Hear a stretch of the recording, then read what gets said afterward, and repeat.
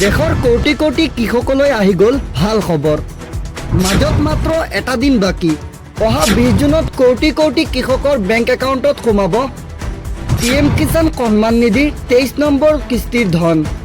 আপুনিও সাজু কৰক আপোনাৰ বেংক একাউণ্ট। প্ৰথমতে ভিডিঅ'টো শ্বেয়াৰ কৰি প্ৰতিজন কৃষকক দেখুৱাই দিয়ক।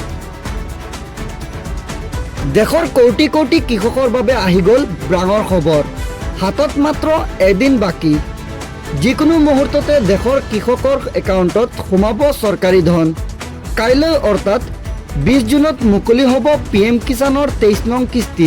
PM কিষাণ নিধিৰ 23 নং কিস্তিৰ ধন পাবলৈ কৰি লওক এটা জৰুৰী কাম। এক্টিভ কৰি ৰাখক বেংক একাউণ্ট। আপডেট কৰক KYC। KYC আপডেট নাথাকিলে জমা নহ'ব ধন। মনত ৰাখিব 20 জুনত মুকলি হ'ব PM কিষাণৰ 23 নং কিস্তিৰ ধন।